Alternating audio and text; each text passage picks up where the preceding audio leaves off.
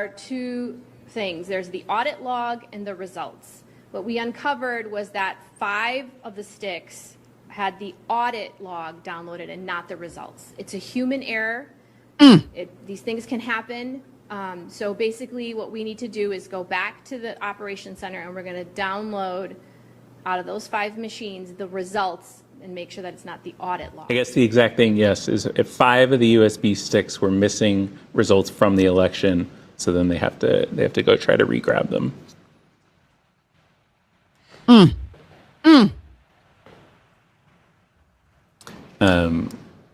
Yeah, and they're all the folks behind the scenes are talking about this as well, so we can also look. It's unfortunate. The folks behind the scenes here, you're saying? Yes. Are how do I ask this artfully?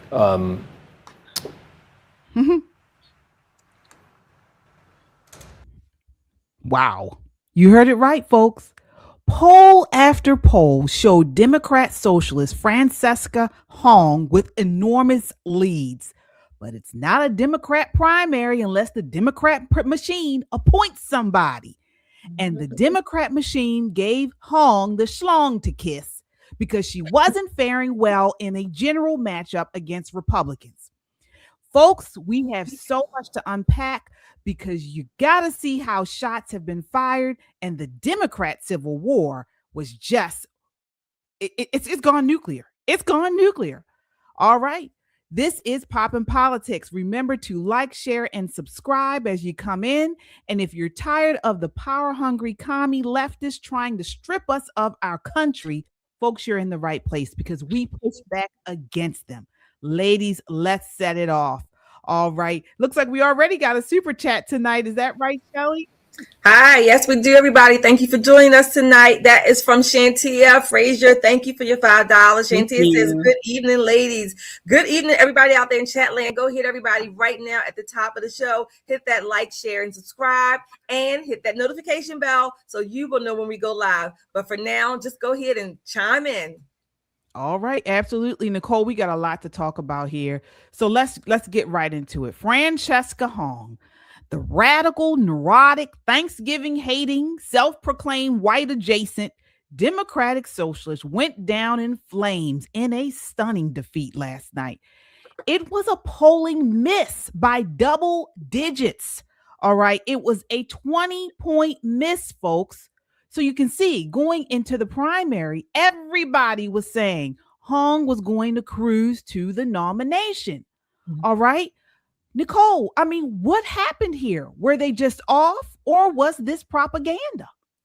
Listen, it's a little bit of both. Democrat pollsters have been known to gild the lily. You take a look at the 2024 election, and, you know, they were like, Trump's going to get trounced. Kamala's already, I mean, they had already polished up her crown. The coronation was planned. Beyonce took time off. It was going to be the thing. And guess what? By 11:30 that night, I was dancing at Fox, having a great time. And there were Democrat tears all over the campus of Howard University from all the people who stood out there for hours waiting for the coronation of their queen. But Hong did this to herself. She did this to herself. She took the worst advice, the very worst advice, and she really dug down deep and showed them what she was working with. I mean, when you come out and say you don't like Halloween because you're not a fun person, you know, you don't really like white men with the exception of your husband and your half-white child. You know, she hit all the markers for the leftist of the leftist, the person who's the most radical person, you know, but the party in general said, no, ma'am, you're not fundraising well. And we're not going to be married to all this foolishness you're talking about. So we're going to make some things disappear. We're going to pull some Democrat shit on other Democrats. You talk about a war. There's a civil war in this party, and the bodies are starting to pile up. I love every moment of it. Yeah. Shelly, your thoughts on this? I mean, we saw poll after poll after poll. They had said this woman, she's running away with it. The media was talking about this. So everybody was talking about it, and she lost. What are your thoughts on these polls? Well, there's no closing except for when the fat lady sings. Okay, when the fat lady sings, we know the show is over. And maybe in this case it was the fat schlong, as you said. Maybe that's what was actually singing or shaking around. I don't know, but nevertheless, this woman I think she was just crazy. Okay, she was crazy. However, I think she still represents a huge portion of the DSA Progressive Party, if you will, or wing of the Democratic Party. Now, granted, her margin to was it Crowley, I think it was very slim. It wasn't a big margin that he won by, right? A win is still a win. Don't get me wrong. A win is still a win. But this still shows that the Democratic Party has something on their hands. And it also shows that they are not above cheating on their own. So that part. Those five sticks. Yeah. Okay. Let's get into it. So establishment Democrats have been getting together, trying to figure out how they can take down the surge of radical Democrat socialists, because they know that their surge means the end of the Democrat Party. All right, these cultural Marxists can't win nationwide elections. Voters don't like socialism, and that's across the country. So last night, they put a stop to Hong, okay? So how'd they do it? Hong's Democrat challengers, the Milwaukee County executive, David Crowley, wasn't even supposed to be in the race because he was down in the polls and couldn't raise any money. So he actually suspended his campaign back in July, early July, and he endorsed Lieutenant Governor Sarah Rodriguez, who was seen as sort of the stronger establishment alternative. Then mid-July, what do we know? We know Democrats, they're fraudsters. Well, she suspended her campaign after a campaign finance scandal. All right. Crowley then re-entered the race just 3 weeks ago. Okay. And he was able to pull this off. I mean, he pulled it off, around, I think they announced it around 3 a.m. this morning. It sort of reminded me of strippers, John, in a dirty motel. That's how he pulled it off. Okay. I mean, this is crazy. This is ridiculous. And it's so, and then they came up with this excuse. So as you guys saw at the top of the show, City of Milwaukee Election Commission Executive Director Paulina Gutierrez publicly stated that 5 of the 9 USB flash drives brought from the city's central count facility to the Milwaukee County Courthouse contained only the audit logs, not the actual election results. So then that affected drives covered, those affected drives covered roughly 15,000 already scanned absentee ballots. So officials described it as a human error. Okay. Staff pressed the wrong button when exporting data from 5 tabulators. Oopsies. Okay. This is ridiculous. All right. So the machines themselves were fine. The wrong file type was downloaded onto the sticks. And then a bipartisan group of election staff returned to the central count facility, re-downloaded the correct result files, cross-checked them against the printed reports from the tabulators, and delivered what they say is the proper data to the county for uploading. All right. And then we know Crowley was he had this major lead. It doesn't make sense. Nicole, I mean, these people, they stole the election from this woman. I really believe that. What are your thoughts, Nicole? Of course they did. And that's what parties do. I mean, when people think American politics, a lot of people think of this kind and gentle, parties that are there to help you. It's none of that. Politics are where mean kids go to play. They could not, in good faith, their words, not mine, in good faith, allow this DSA takeover with this particular woman. They've got their hands full with the ones that are educated, the ones that are gainfully employed, the ones that they can, give them a bath, shave their face, and roll them out. This nut job looked like she rolled out of bed 9 times out of 10. And when I say she was nutty as a fruitcake, this woman, I don't like Halloween. I just don't. I don't like Thanksgiving. It's full of disease. I hate white men, especially you, honey, except for our son. I mean, like all these weird things. And it wasn't even the question she was asked. So they had to do something. The good news is that they, they didn't push her off a bridge somewhere, or she didn't have some kind of crazy car accident. They just stole the vote. And this is something that Democrats have been doing for years. They do pick their candidates. And it's unfortunate that most people think that this is like a one-off. Human error. No, this was not human error. This is DNC operatives doing what they're supposed to do. They have to do something to protect the party. This is a shot across the bow of every DSA candidate. Get yourselves together, or you too can be hanged. You too will be hanged. This ain't over yet. That's terrible. That's terrible. What are your thoughts on this, Shelly? Are you buying what they're selling about these USB drives? Yeah, just like if you give me that $3 bill, I'll believe that too. Okay, so if you give me that, I'll believe that too. They are corrupt as corrupt can be. Okay, of course they have to say that's the USBs, but it's interesting. What's interesting is that when Republicans or say things about their elections, or when elections happen and things just look a little funny. Oh no, we're just sore losers and we just boohoo and things like that. But they will do it to their own. Eat your own, eat the schlong, hung the schlong, whatever we want to call it. That's what's going on here. That's what they've done it all. She has been hung, schlonged from the left to right, front and back in 5 USB sticks. Guess what? Those USB sticks, I think they have them physically. But this little audit trail that they're talking about, they're never going to find those votes. Okay, they are schlonged.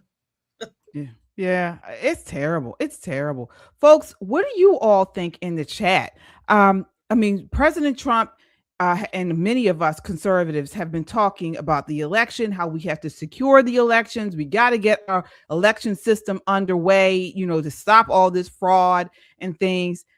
Do you think that the Democrats, the establishment Democrats, saw what was coming and knew that she couldn't beat the Republican, and they basically anointed this guy? Let us know what you think and sound off in the chat. It looks like we have some super chatters here. All right, let's see who else we have here. We have Jay. Hi, Jay. Thank you for your $5. I missed y'all a few days. We missed you too. Mm-hmm. What's this I hear about swollen colon? Oh, did y'all cover that? We did. You got to go back and look at that. I think it was last week sometime, Jay. But thank you for your last Wednesday, Jay. Okay, Hydro Man, thank you for your $5. Hi, ladies. I'm in Wisconsin, and we have voter ID here. So they provided Trump right that Democrats cheat, but the news won't tell you we are a voter ID state. Okay, great. So again, that's a good point. Voter ID, I think we definitely have to have it nationally, but voter ID doesn't stop the internal cheating. That part. Okay. That all right. part. So exactly. Liberty Girl. Thank you, Liberty Girl. How are you? Thank you for your $5. Hilarious. The ones that are called moderate Democrats did to the Socialist Hong what they all have been doing to Republicans. Schlonging and honging, just slinging the schlong. That's what they're doing. Slinging the schlong all the way. So yeah. Hydro Man is back again. Thank you again. We do have one problem in Wisconsin. There are polling places that don't check for ID. This is why we need the SAVE Act. All right. Yep. You got it. Thank you all out there. Remember, hit that like, share, and subscribe. Hit it right now. I think we have over 300 people watching right now. Get those like, shares, and subscribes up. And don't forget, after the show ends, 24 hours, you can go back and hype this video. Absolutely, folks. All right. And once again, your super chats go a long way in keeping us online and helping us produce this content. We appreciate each and every one of you all. And what about the movement, folks? We're starting a movement here of God-fearing, truth-seeking, America-loving patriots that value freedom. You can wear the movement. Take a look at our merch here.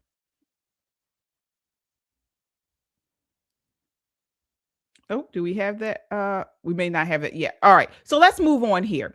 All right. So we're talking about these socialists. And as we mentioned, the Democrats it's a civil war brewing. It's already started, folks. They've already thrown the first bomb with this anointing of this this less radical Democrat in Wisconsin, but it's not over. Take a look at this next clip. This is Jamie Raskin trying to downplay the intentions of these socialists. This is clip 2.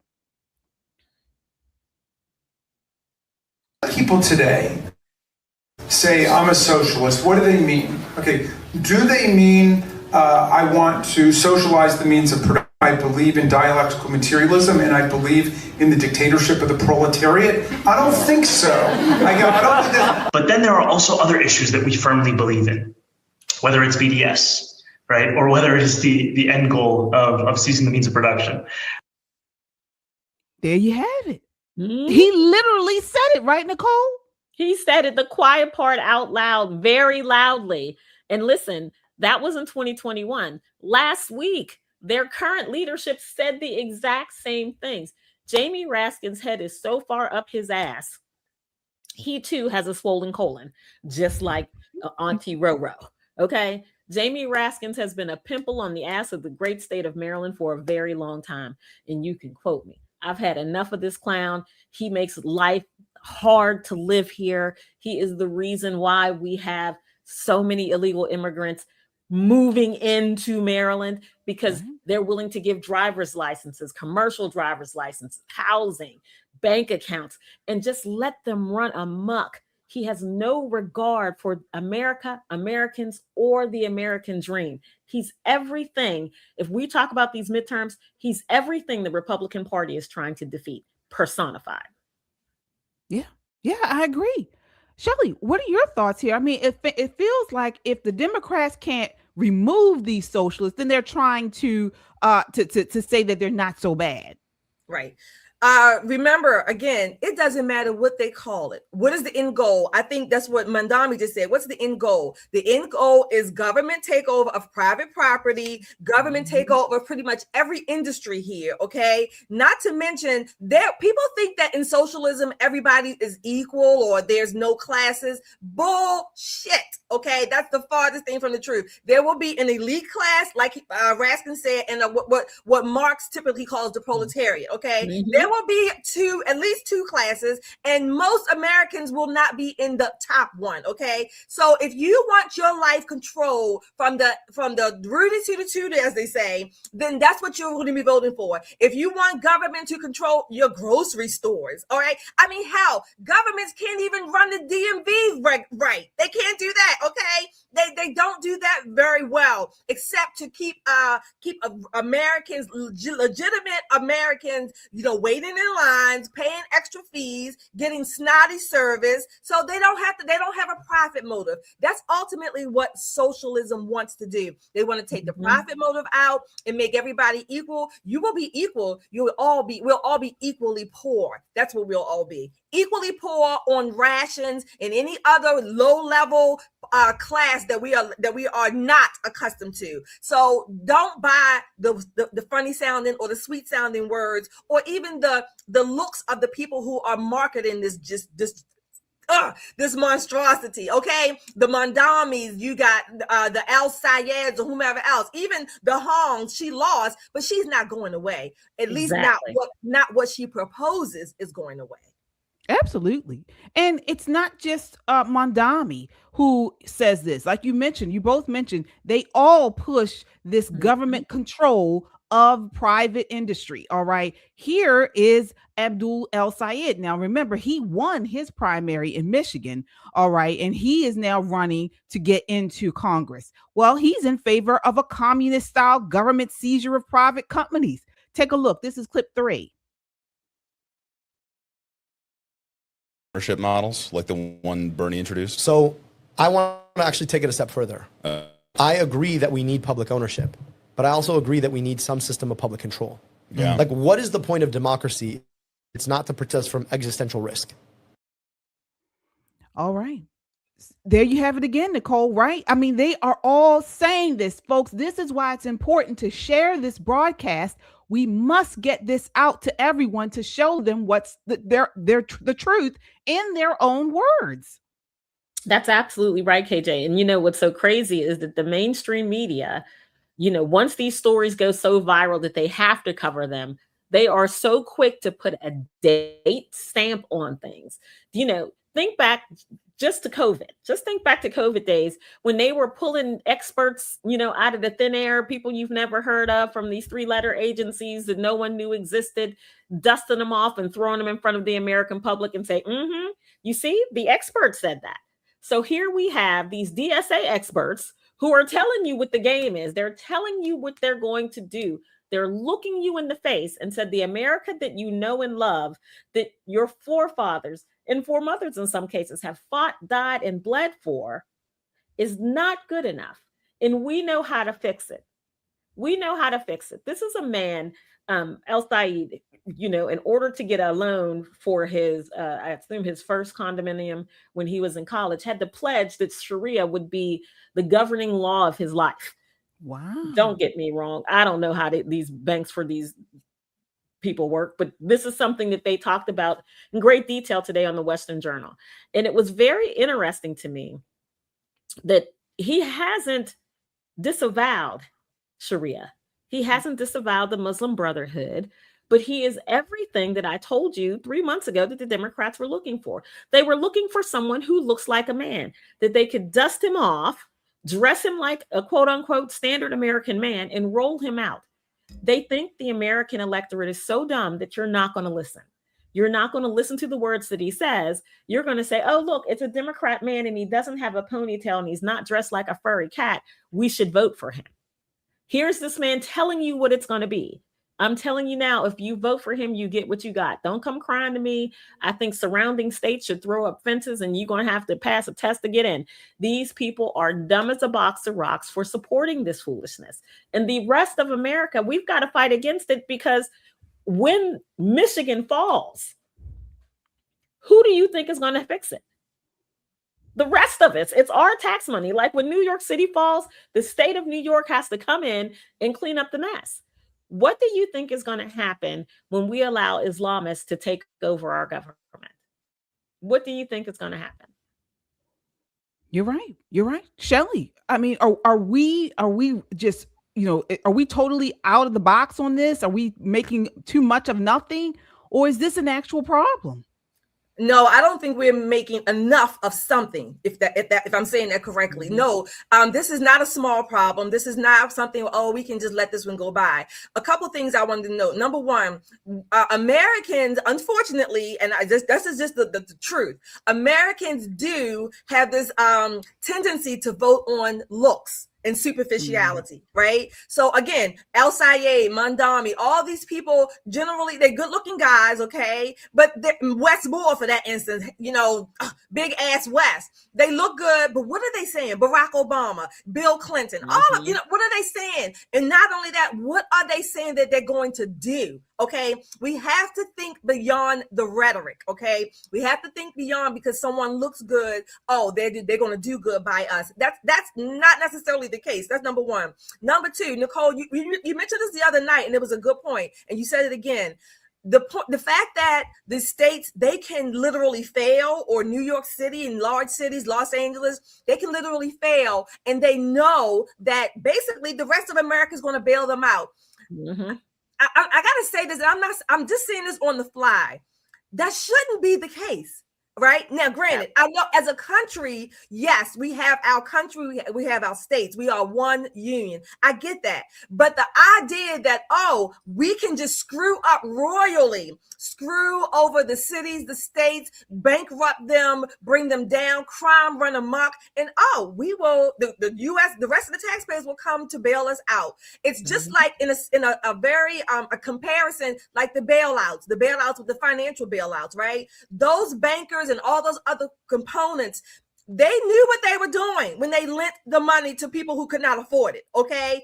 Mm-hmm. Who came to the rescue? The rest of us. That should not necessarily be the case. Again, I know we are a union. I'm not saying throw away Michigan, throw away New York, California. I'm not saying that. I'm saying the principle or the attitude behind it is that, Uncle Sam will come to the rescue. Mm-hmm. If that is the mindset, then we're going to keep doing this. Cycle will never break. We're going to keep allowing cities and states to go bankrupt, to fall wall, basically, and then the rest of us have to bail them out. Well, then the rest of us are going to just continue living in this vicious cycle and never getting anywhere.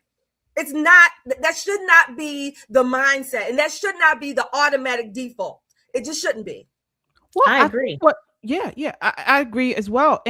But I think what happens is, it's one thing if we are all part of this great country and we want to see it thrive. We understand the founding, we understand the idea that we are a republic, the idea of checks and balances and things like that.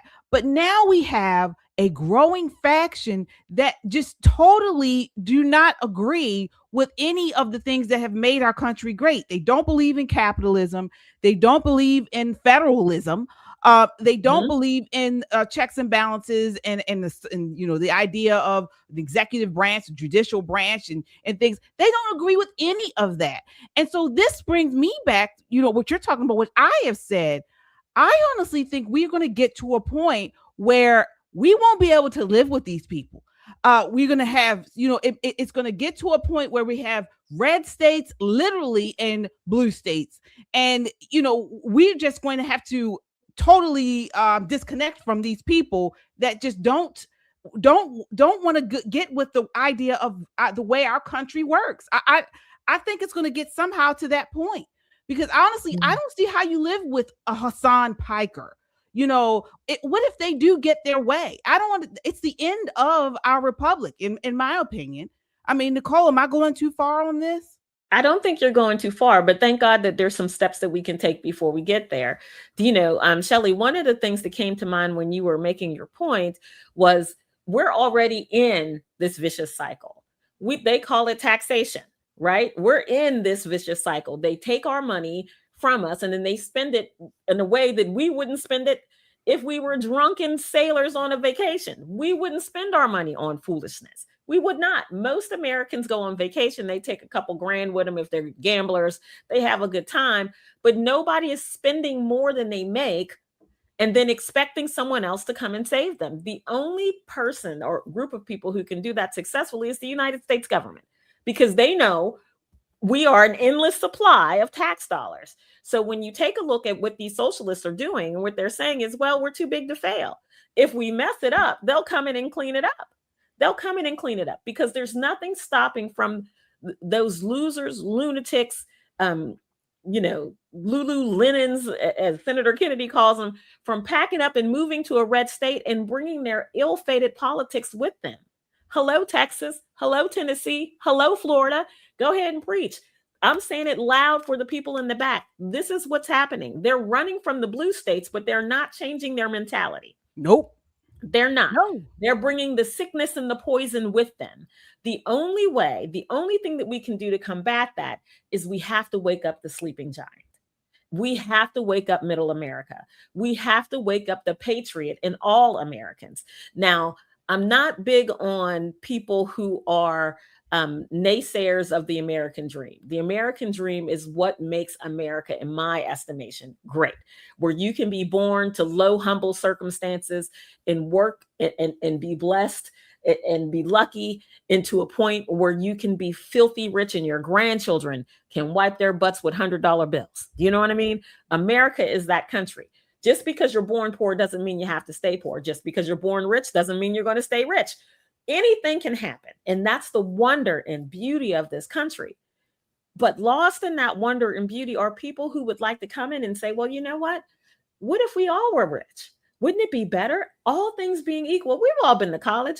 You play that game in classes where they say, especially sociological theory, where they say, if you could do anything you wanted to, all things being equal, if we decided that everybody got a universal income, how much better would our culture be?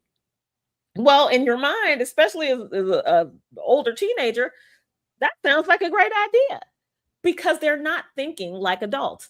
If everybody has the same amount of money, the money doesn't have any value. It's like monopoly money at this point. But they don't correct that thinking with facts. They allow it to run amok.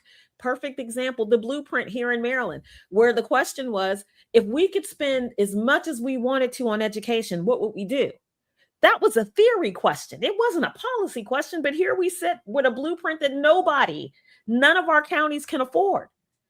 Teachers starting at $90,000 a year, and kids can't conjugate verbs. I mean, it's foolish.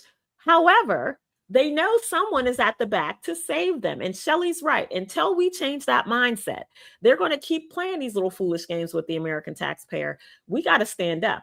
That sleeping giant is going to have to vote. Absolutely. Well, I mean, folks, we've talked a lot about these democratic socialists. We know that they are being led by anti-American Marxists, and most of them want to tear our country apart with their third worldism. Okay. And most Americans don't want this crap. All right. So what do Republicans do to, particularly in November, to give voters a solid alternative? What are your thoughts? Because you've been talking about this, Shelley. Republicans need to do something. We need to provide them, folks running in November need to provide them with an option. What are those options, Shelley? Well, I'm going to start again. For Americans, certainly most Americans, it trickles down to economics. Okay. And one area I've been thinking about this over the years is I would like to see reform that Republicans, I think, should and certainly could get on board with, is reforming, and I'm using the word reforming in a different way, but reforming the Social Security Act or mandates. Why do I say that? Why do I start there? I start there because Social Security for many working Americans is supposed to be this future, I'm going to call it retirement plan, so to speak. Okay. Number one, the government, I believe the government has no business taking our money and investing it for us, certainly not to get 2% or less return of investment when over the course of a person's working life, let's say 30 years or so, they will get on average from the stock market 10% more. So you're already starting at an 8% negative deficit.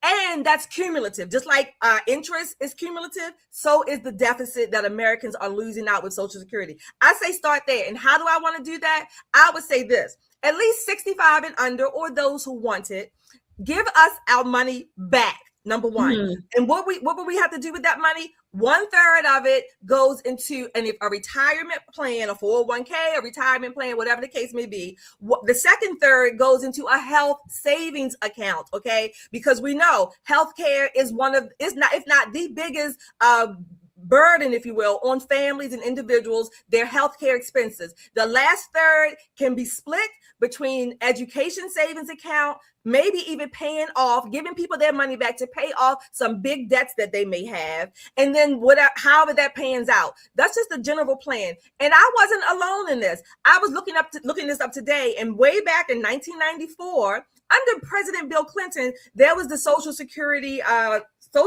Advisory Council came up with similar theories or similar proposals to reform Social Security and make it a pay-as-you-go kind of system, where part of the Social Security, the percentage, half of it will go into vehicles that Americans choose for investment, and then the other half at that time they proposed will still stay in Social Security. So this is not a one-off. I'm just adding to it how it could benefit Americans today. So that's my number one proposal that Republicans can offer, get behind, give a message: economic freedom. It's our money. We work for it. It's not the government's, and we should be able to determine our future with our money. All right. Nicole, what are your thoughts? What should Republicans do in November to give voters a solid alternative? Listen, run on the American dream. Run on the American dream. And for me, it's a fourfold principled kind of thing. Number one, there are more than 7 million available jobs. 7 million available jobs. So if you've got an adult child or grandchild living in your house in the basement, open the door. Go ahead. I'll wait for you. Go ahead. Open the door and yell down the damn steps to get off the PlayStation and go get your bum self a job. There's 7 million jobs waiting. And as we are looking at now, TPS is throwing out another 350,000 folk, another 100,000 Venezuelans. We got some Syrians leaving. Cameroons are next. We've got a laundry list of people who are going to be exiting the country because their temporary protected status is over. Their authorization to work in the United States is going to be over. There are going to be plentiful jobs. There's no reason for Americans to feel like there's no opportunity to grow. The economy is much better than you think it is. Think back 2 years ago when inflation was 9.2%. Remember? Now things have moved really fast. I will give the administration that. They've kept their foot on the gas like we've asked them to. But when inflation was at 9.2%, everybody was hurting. Inflation is still, for my taste, still a little high. I think it's like 2.5. It's still a little high, but there are going to be some things that are going to happen with the oil reserves, being open. Gas is going to come down right before the midterms. There's some things that you can do to make that work. The one thing, though, that I think that they should really press in is abolishing the IRS. You want to win an election? We'll win every election for now, probably for the next 100 years. Abolish the IRS. You talk about give me my money back. Stop taking my money from me. How about that? Yeah. Stop taking it. Stop it right now. And this is not pie in the sky. The administration has talked about this for a long time, abolishing the IRS and doing something like a flat tax. Do you know what I mean? Something much easier. And only the people who make a certain amount of money, enjoy that flat tax, but it would be a flat tax that is manageable. It won't be, you get taxed every paycheck. You get taxed in April. You get taxed on everything you buy. Americans give away far more than half of their earnings just in taxes. Right. And they'll say, oh, but we need schools and we need roads. Have you driven in Baltimore? Have you driven almost anywhere in the state of Ohio? It will shake you till you have a concussion.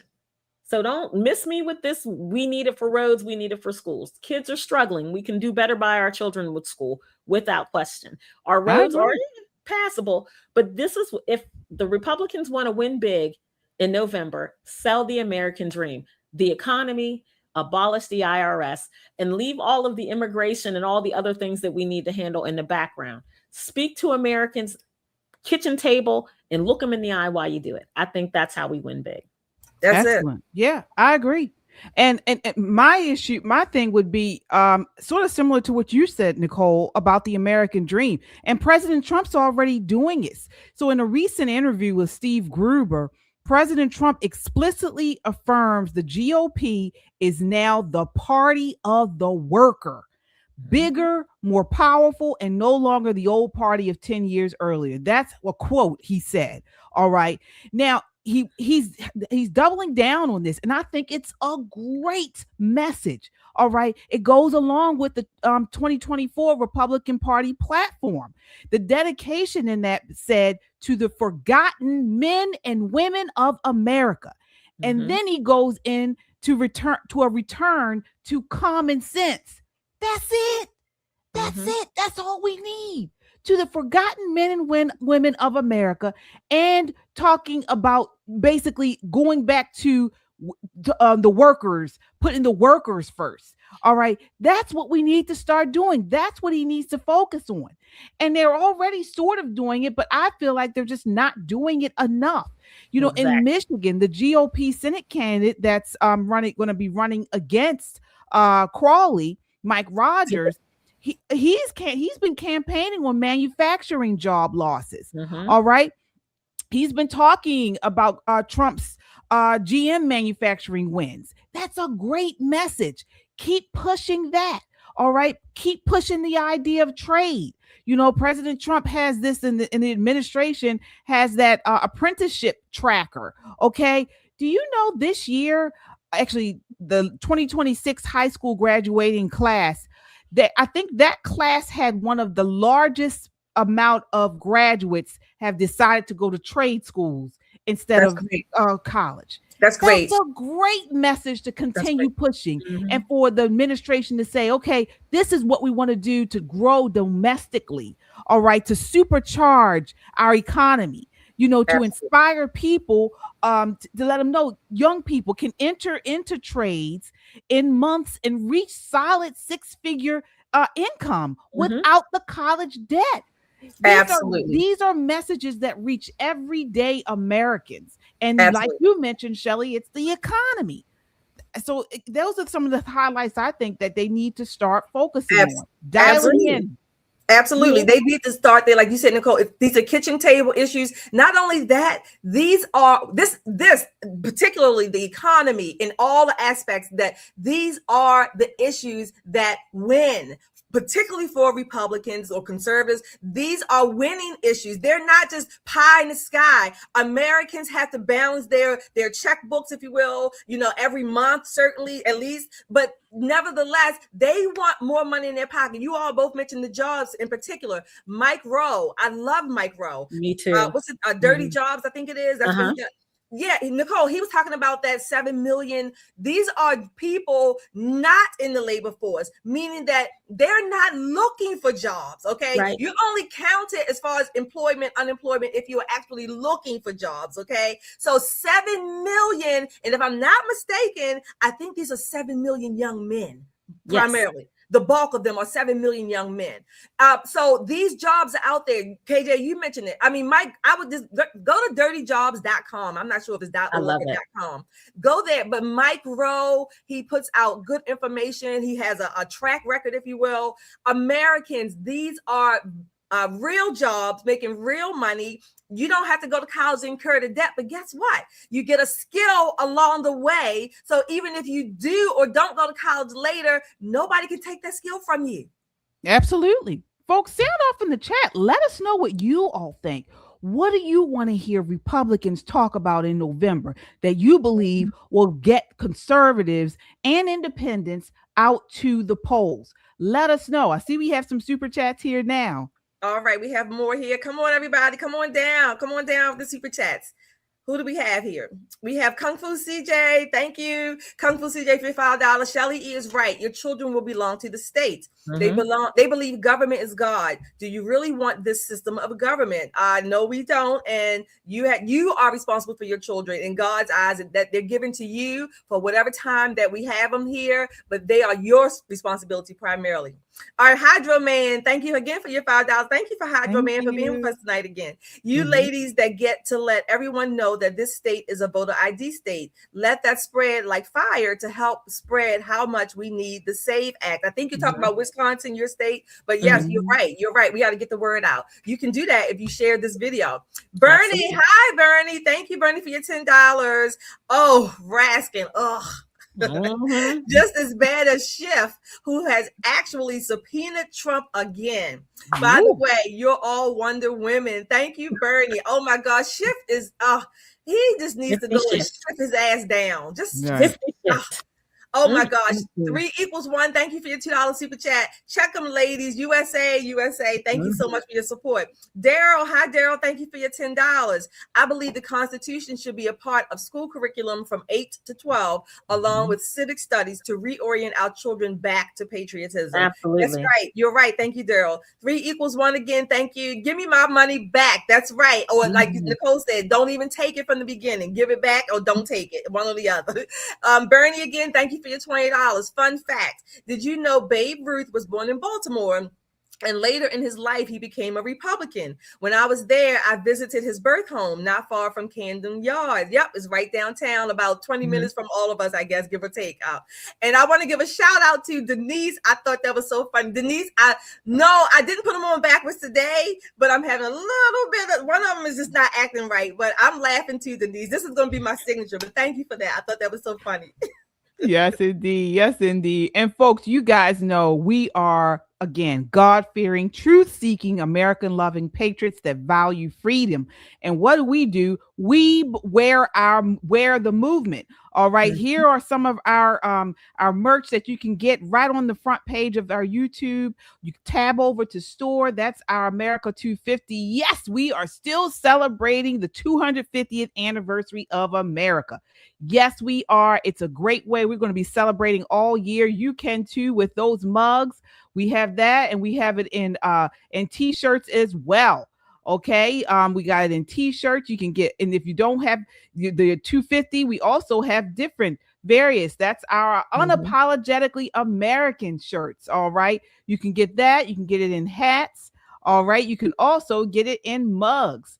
So we have it all. You can get that right on our YouTube page, or you can go to metroconservativemedia.com, and it's a great way to support us because, folks, these leftists are nuts. And I don't think they realize how many of us are out here, how many of God-fearing, truth-seeking, America-loving patriots that are out here. And every time we wear our merch, we get compliments, okay? And it makes me at least feel good because I realize, wow, there's a lot more of us in the fight than I think, than we realize.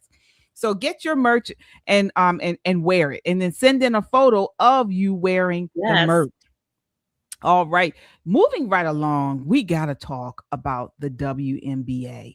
Okay, the WNBA, which stands for Women's National Basketball Association, just put their whole foot in their mouths. And as Nicole says, and wiggled their toes. All right, they're in real trouble, folks. Many in the league, from players, coaches to owners, have said they believe men should be allowed to play in women's sports. Well, it's actually become a big problem. Take a look. This is clip 4.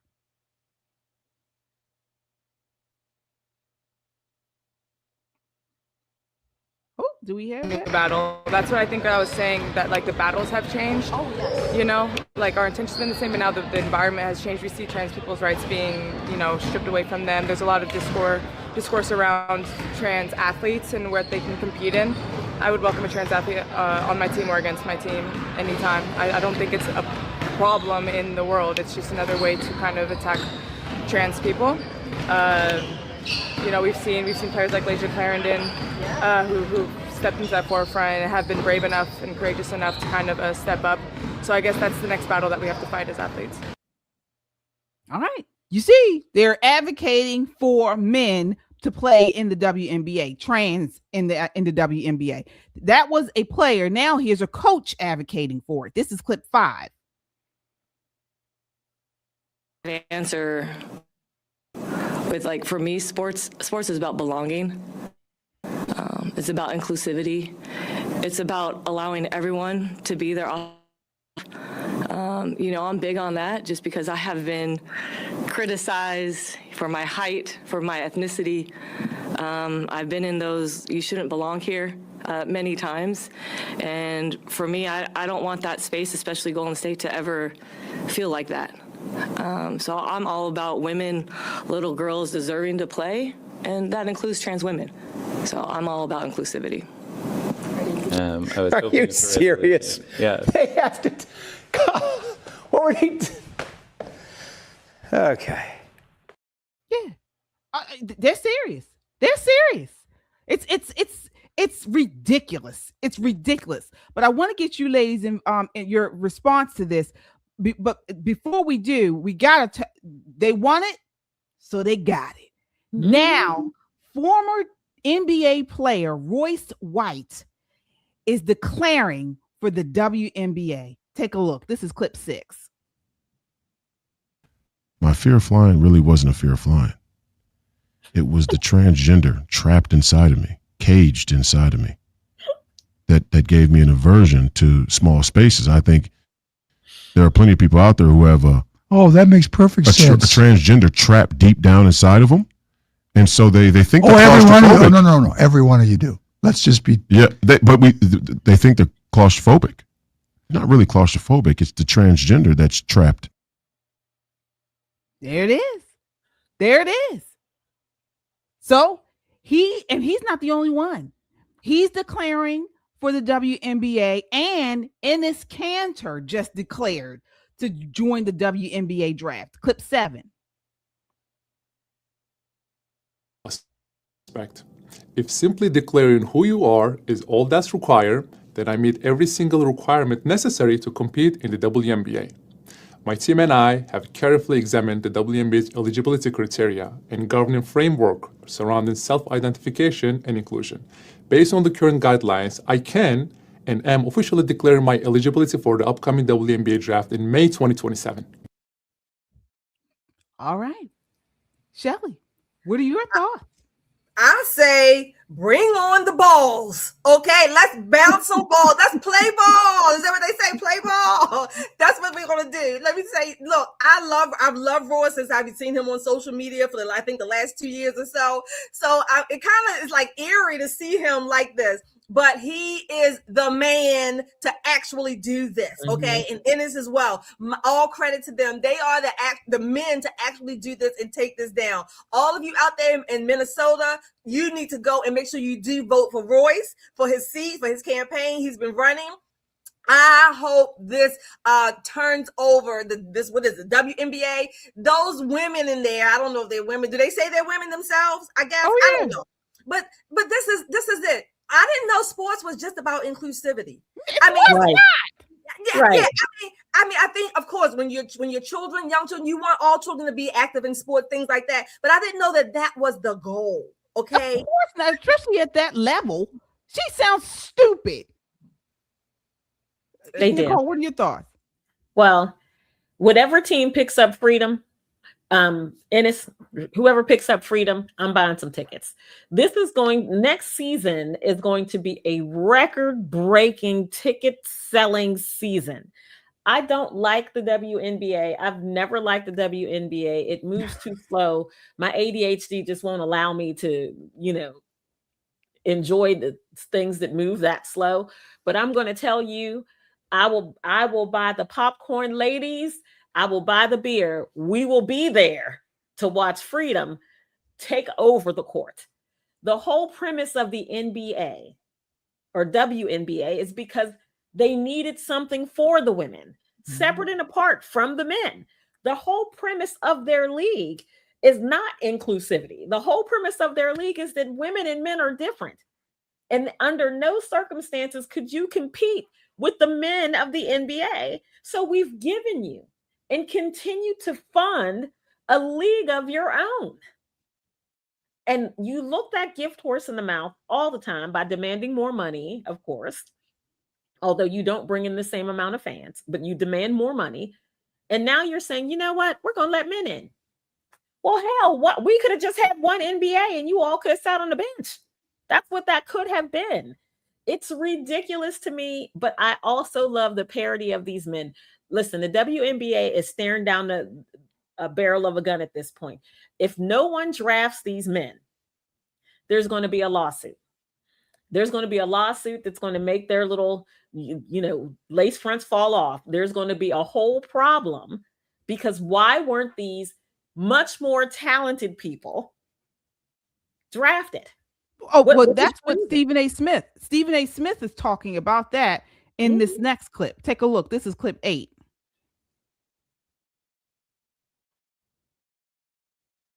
How come you didn't write in your language those born female?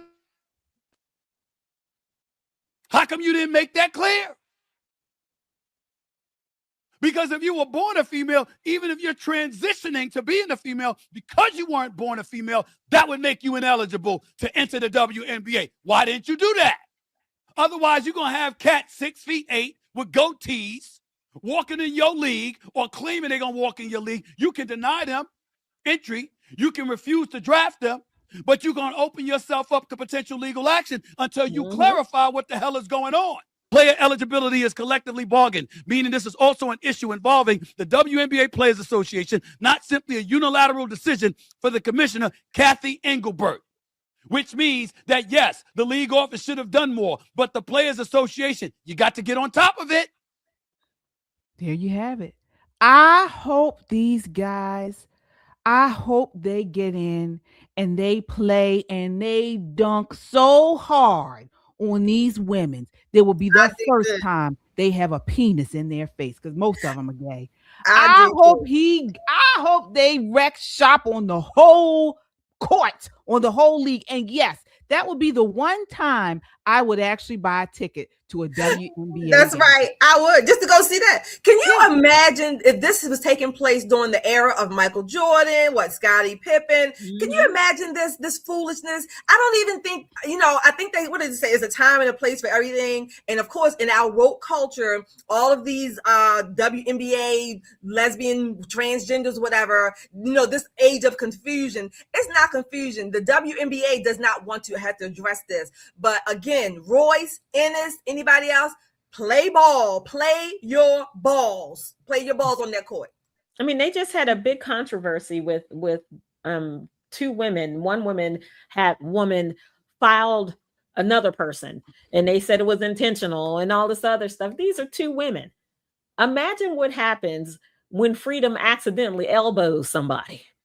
Accidentally, because that could happen in basketball. Wigs will fly. Wigs will fly. It's going to be a problem. What if they do it on purpose, Nicole, like they do now? They do it on purpose to Sophie and Caitlin a lot. So what if these Royce and Ennis types, 6'8", like you said, what if they do it on purpose? Are they going to say, oh, well, you just suspended for one game?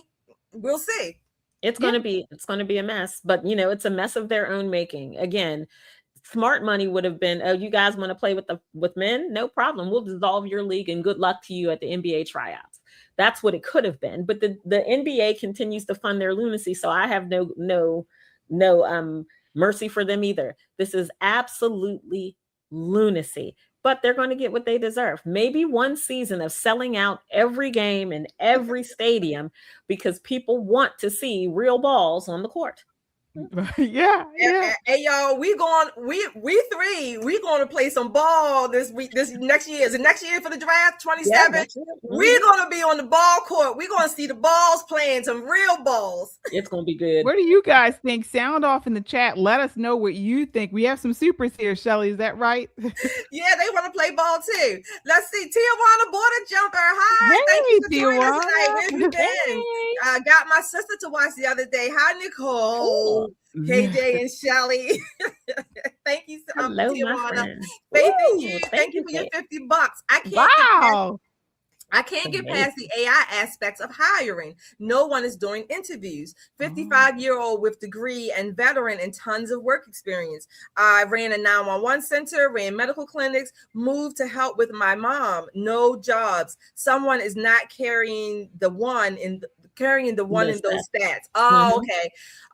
Yeah, AI is a really important, I guess, issue these days, and we do need to delve into that a little bit more. So, my best of luck to you, Faith.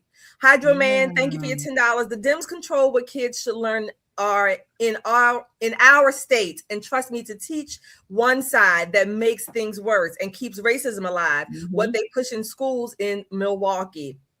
Yeah. Yep. Wow. Thank you for that. Keep fighting. You got to keep pushing back. Is this I can't even see it, you guys. Hold on. RN Pretsky, thank you for your super chat. 100% truth. I think that's what it said. Okay. Did it lock up? Okay. Marla, thank you for your $5. I moderate ARP channel, and someone in my chat mentioned pop and politics. I wore my Christian conservative shirt today. Thank you, Marla. Take a picture, Marla, and drop it in our Discord, and we will give you a shout out. Thank you for that. Everybody else, Kung Fu CJ, thank you again. I reported on this last night. Oh, the WNBA. That's right. Play ball, everybody. We playing balls. Kung Fu CJ again. Thank you. Y'all remember Joanna, man. Right. Yeah. Hydro Man, again, thank you so much. The women fight so hard to have their own sports like the WNBA, just for it to be taken away. That's not right, and they should get to know more, but they still hide women's sports. I think you're right, but I would say this: they're not. They're giving it away. Put it like that. They're giving it away. It's not just being taken from them. They're giving it away, and they are allowing it. Bernie, again, thank you for your $10. Do you think the WNBA thing will stand the test? The testicles of time. Oh, thank you. Thank you, Bernie. I hope so. They're biological men, so we want them testicles to stay in place. But they're gonna play some ball next year. That's what we're looking forward to. Thank you all for your super chats. Thank you. Hit that like, share, and subscribe. Hit that notification bell, and don't forget when the show goes off tonight in 24 hours. Go back onto our YouTube page and hype this show. Absolutely, folks. And we can't remember what else was going on because not everyone in the WNBA is woke and has been pushing trans men and women's sports. Okay. Indiana Fever star Sophie Cunningham said biological males should not compete in women's sports. She called the issue common sense, saying she wants to protect girls while also making clear she doesn't hate transgender people. And the reaction she's gotten has been wild. She has been booed. Fever games have drawn protests and counter protests, and activists have shown up wearing trans kids belong shirts. But she is not backing down. She has not backed down. She's actually pushed forward with this. I did a whole thing on this. Michelle and I did on Christian Conservative. Folks, if you haven't check out Christian Conservative at KJ Christian Conservative right here on YouTube. We went into this talking about not only what occurred in the media behind Sophie Cunningham standing up for women and girls, but also the biblical ramifications and context surrounding this. Because there's a lot of this is a spiritual warfare that we're dealing with. So if you like things from the biblical aspect of it, you can find me at KJ Christian Conservative every Thursday and Sunday night. So we'll be on tomorrow night at 9 p.m. All right. Also, we have also at 10 o'clock tomorrow, you can check out us on The Right Verdict. All right. At The Right Verdict right here on YouTube, where we break down trials and crime. Yep, there it is. The Right Verdict live every Thursday night at 10 p.m. You don't want to miss us. So again, you can check me out at KJ Christian Conservative at 9 p.m. And then you can check us out at 10 p.m. For At the Right Verdict. All right. So let's keep this moving here. So again, it's not just these guys that, with what's his name? Ennis and the other, what's his name? Royce, who are trying to get into the WNBA. There's another player, a transgender woman. Okay. This one's French basketball player, Julie Tatar. All right. She is out of France, and social media users are calling on a WNBA team to sign him to join the WNBA. Take a look. This is clip 9. Tick, tick, boom. Who bringing the noise? Go, baby.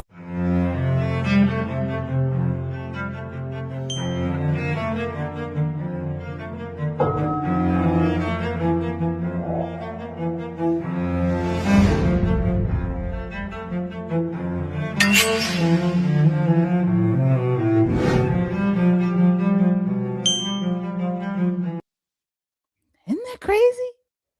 So that is somebody who was born a man and transitioned to a woman and is playing in the National League in France. Shelley, what are your thoughts there? I'm still confused. Okay, y'all know I'm confused with this trans woman. So this was a biological man, right? Claiming he's a woman, right? And he's playing for the French women's team. Yes, French women's national team. Okay, well, he can stay there in France. What the hell he got to come here for? People, social media, because a lot of times, people from other countries are drafted into NBA and WNBA because that's like the pinnacle of, these games. And people are calling for this thing to come over here and play as well. Nicole, what are your thoughts? No, he might as well let him come. Let him come and join Royce and Ennis and get drafted in and then see what happens next year. Let him come. And I hope he comes and bats and balls those other women in the WNBA up and down their court. I'm for it. I'm like Nicole. I will go to a game just to see it. I will. I want to see the circus. I want to see the defeat. I want to see the balls play ball. Yeah. Agreed. Nicole, you agree? I agree. Listen, at some point, the way that you deal with someone who has these kind of delusions is by forcing them to see the reality. And for the WNBA, this is the error of their ways. Now, It's supposed to be a league for women, but they have no working definition of what a woman is. So they think men who have, gender dysphoria qualify as a woman. If just declaring that you're a woman makes you a woman to this particular organization, then why not? Why not become the MVP of a league that couldn't carry the dirty laundry of the men's league, right? Couldn't make, not their best player could not even make the bench on the NBA. Could not under any circumstances. They could buy a ticket, maybe not even on the floor, maybe like on the second tier, that's where they could get a ticket. But this is foolishness. And the only way for this rabid group of absolutely crazed lesbians to get the idea is to have the reality of their foolishness jammed down their throats, quite literally. These women are going to be choking on the balls. They're going to choke them. Yeah. Folks, sound off in the chat. Let us know what you think. Do you want to see more balls on the court? Or are we missing something here? Let us know. Sound off in the chat. All right. So let's move to a more serious note, folks. This illegal immigration is still just taking and destroying people and taking lives. But this time we've got someone else to blame also. So Democrat-appointed California judge Nichelle Holmes faces massive calls to be removed and held liable for the criminal illegal alien she released, who unalived a U.S. citizen 24 hours after he was set free by her. All right, take a look here. This is clip 10. The chilling surveillance video captures the deadly attack outside a Martinez home Thursday evening. 68-year-old Todd Stewart was stabbed multiple times on Francis Court. Neighbors say he had been working on a project in his garage. Stewart died at the scene. I'm still processing because I still expect to see him over the fence. It's nowhere as bad as his family, because there was the father, there was his wife lost her husband, and they finally were spending more time together because they're now both retired, they were traveling. Investigators say they were able to quickly piece together who they were looking for. 36-year-old Marcos Iriarte Valdez. Through using automated license plate recognition technology, we were able to locate what ultimately became that vehicle and understand kind of where it had been. Simultaneously, we were receiving tips from the community from people who recognized the vehicle. Police tracked the vehicle to the suspect's apartment complex on Ashwood Drive, where a SWAT team arrested him at his home Friday night on suspicion of murder. By and large, it was without incident. Once they established contact with the suspect, he was cooperative and came out front and surrendered to the officers that were there.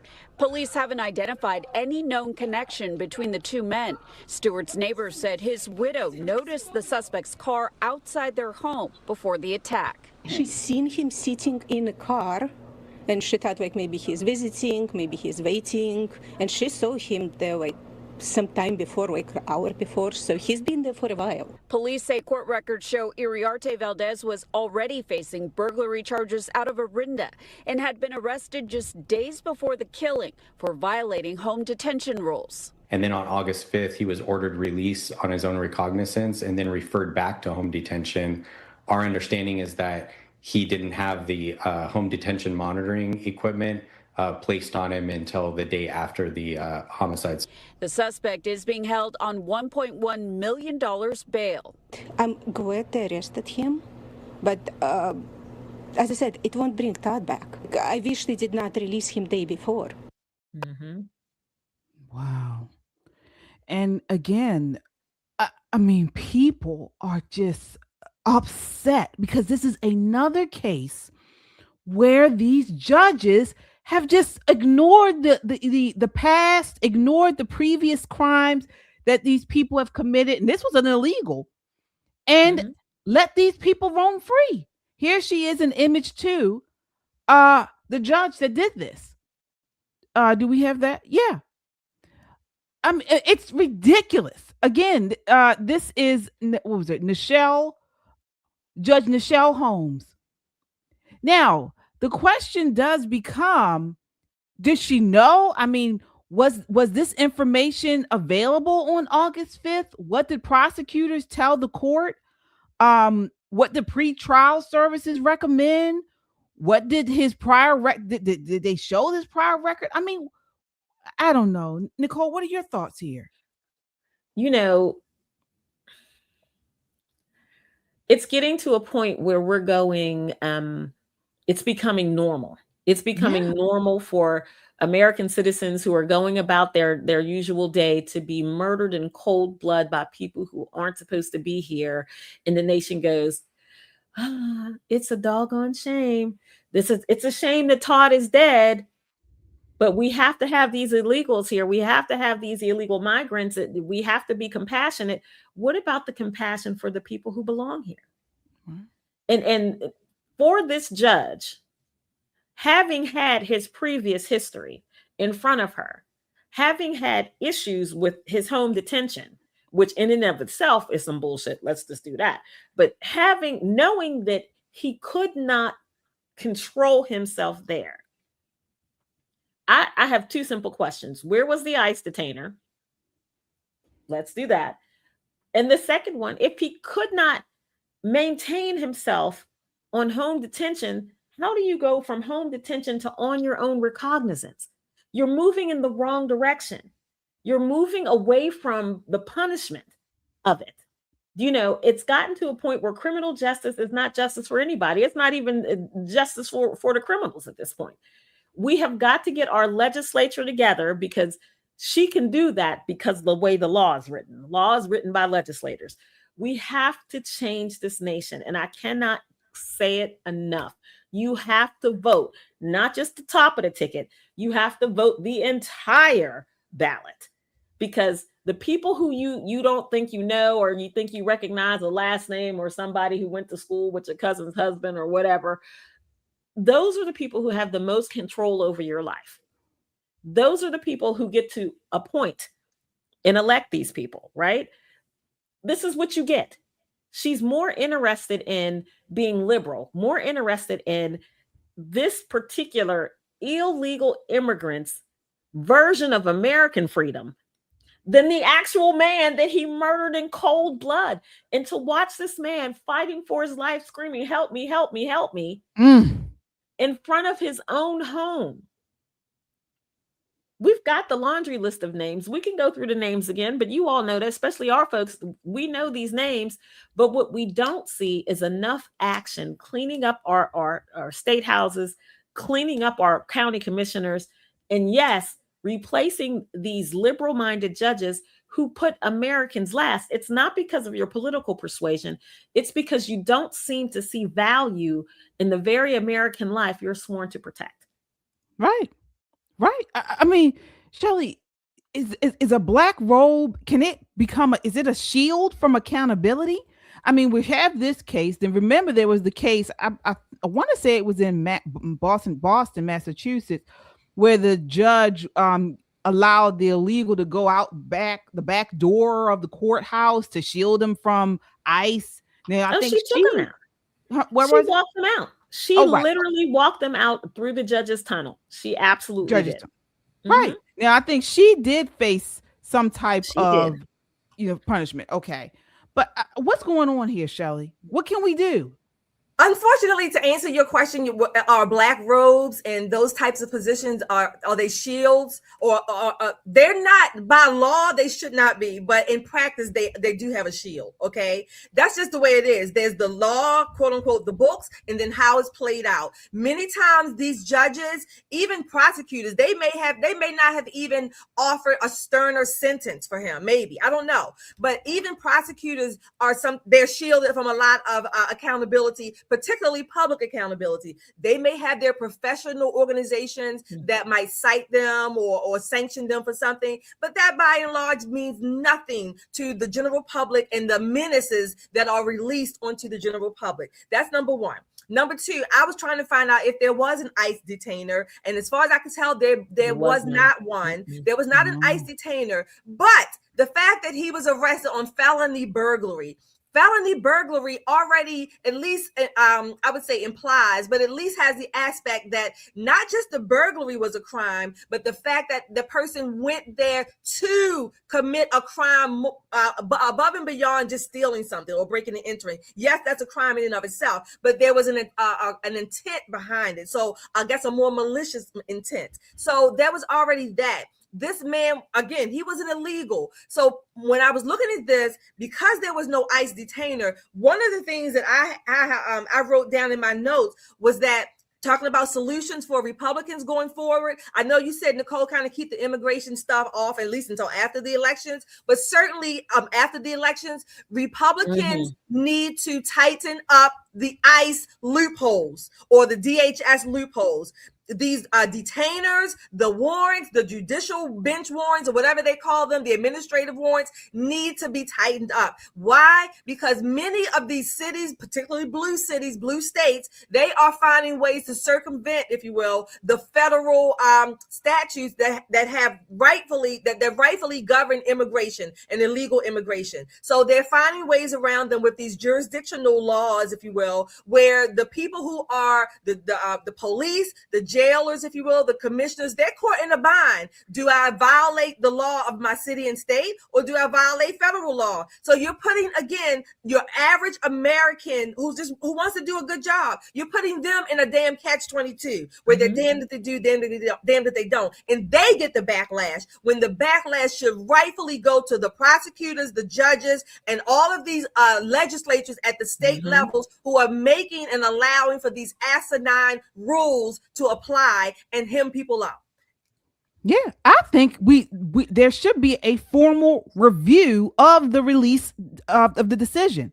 Absolutely. I'm not talking about a social media witch hunt, but we need to get the transcript, get the risk assessment, get the prosecutor's position, find out why a defendant accused of violating home detention was immediately returned to home detention. It just doesn't make sense. And that's not even the part about him being illegal.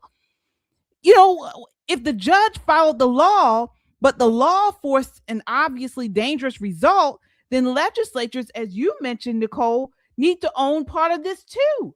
Absolutely. But I'm so sick. We keep seeing these woke judges are responsible for releasing these dangerous people into the public, and then they do something. They either kill somebody or they hurt innocent people.